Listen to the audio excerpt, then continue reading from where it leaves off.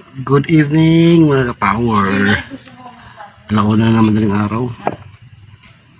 Ganda ko nakahanap ng makakain. Kanin. Kanin lang. Ayos lang. Mas mahirap pa po yung pinagdaanan ko dati kaysa ito.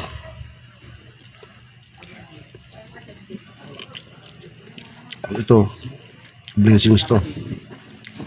At sabihin kanin lang. Rice is life. Kailangan kaya natin mabuhay sa sagana. Kaya natin mabuhay sa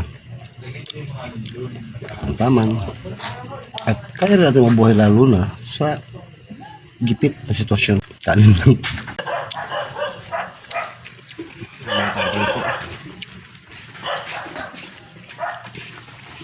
Na pala po mga ka-power. Ano? Na towing motor. Saglit lang iniwan ko eh. Pagbalik ko wala na.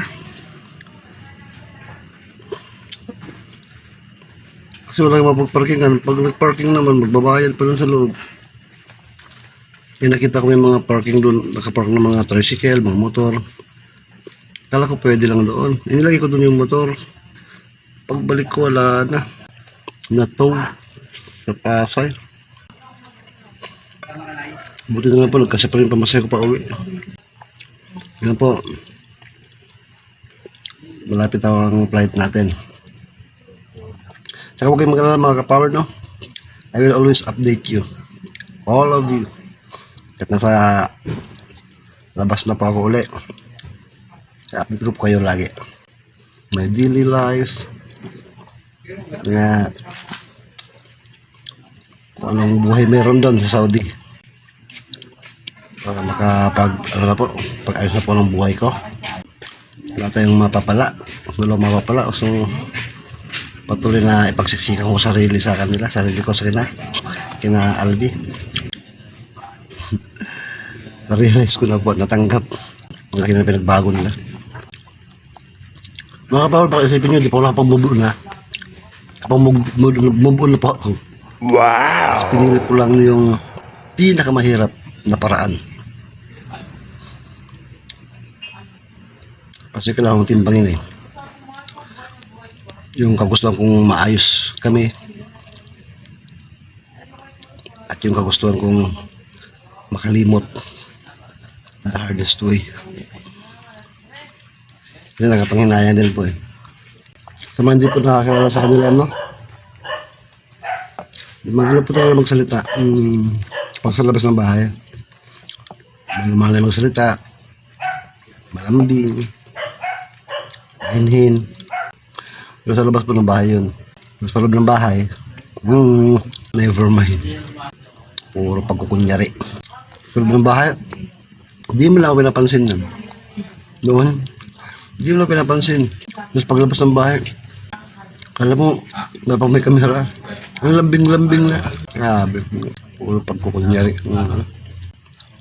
Kaya na-aasiwa ako minsan sa mga vlog na kasama kami. Kasi palabasin yung sweet kami sa isa't isa.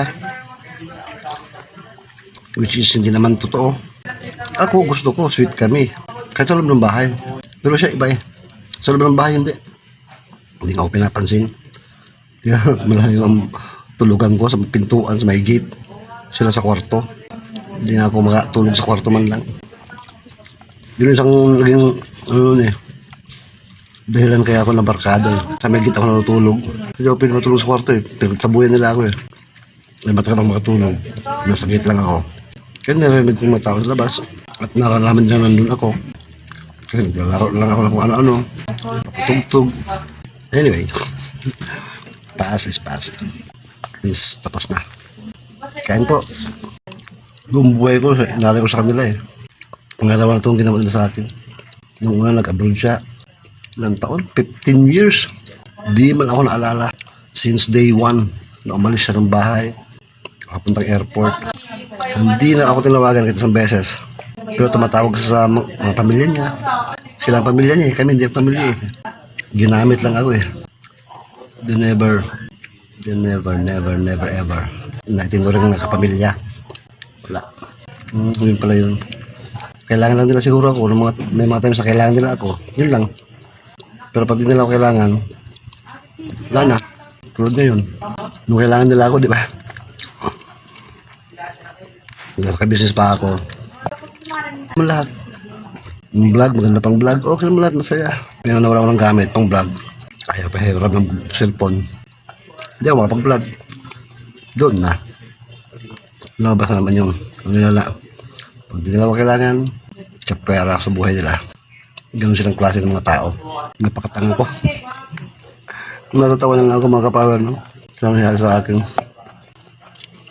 Uli. Again. Huwag nyo sana isipin na di pa ako nakamove on. Pagkukuntuhan lang. Habang kumakain pa tayo ng kanin. Hapunan. Pero yun, nagkakayan ako kanina sa duyan. Hindi ako makatulog. Kaya nagkaroon po ng kanin sa mga bahay. Kaya ng kanin. Wala mang ulam. Asin. Alright, ayos lang. Blessings yan. Kaya mga nasasabi na mula ako naitulong kay Alex. Sa amin naman nakita sa Alex eh. Nung nag-aral siya, hanggang grade 6. Nung umuwi yan si Albi, kinuha niya doon. Dinala rito, Manila. Iba pa yung ugali ni Alex noon, masayahin yan. Masayahin, jolly, active. Kaya nagtaka ako na pagpunta ko rito, tanong nangyari kay Alex. Naging tahimik na, pigil yung ano niya. Pagiging masayahin niya. Hindi siya tulad ng dati. Kawawa ang anak ko, ginawa nila.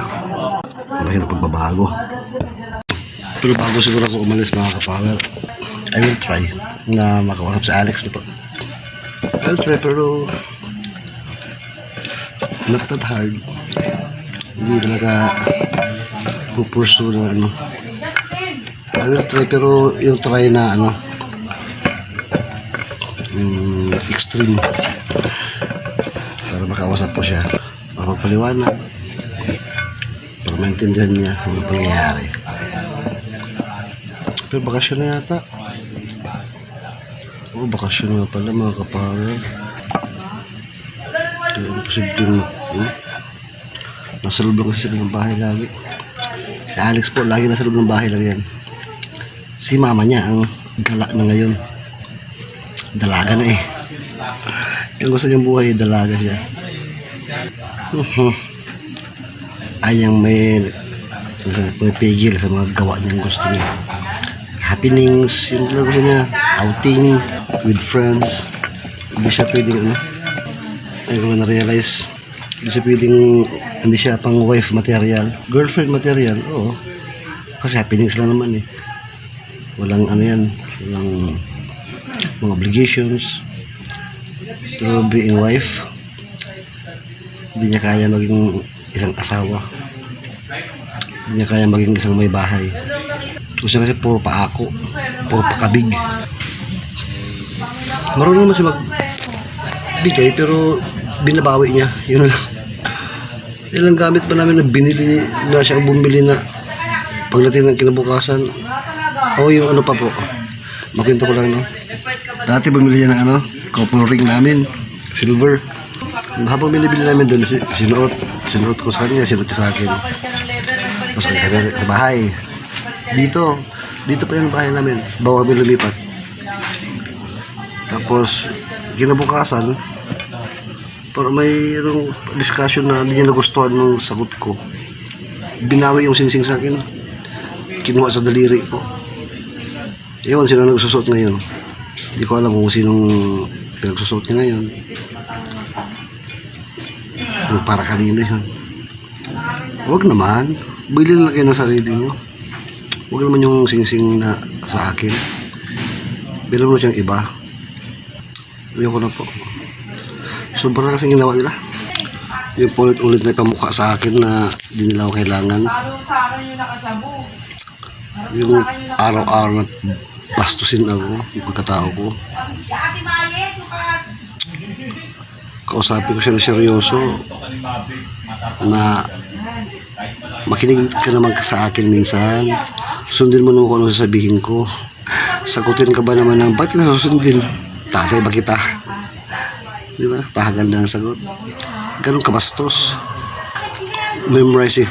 Ano lang po ito, pagbabalik tanaw.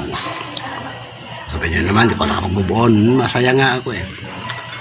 Masaya ako sa naging katangan ko. Ay, nako. Ang tanga-tanga ko noon. Grabe yung sakit kasi noon mga kapower, totoo lang. Sa mga ka-experience na ganito, alam nila yan. Madali sabihin yung mag-move on ka, umalis sa lugar na yan, hindi ka nila kailangan na may iba na yun. Napakadali sabihin yun para ma-boost yung feelings ng involved like me. Pero pag ikaw na sitwasyon, napakahirap po.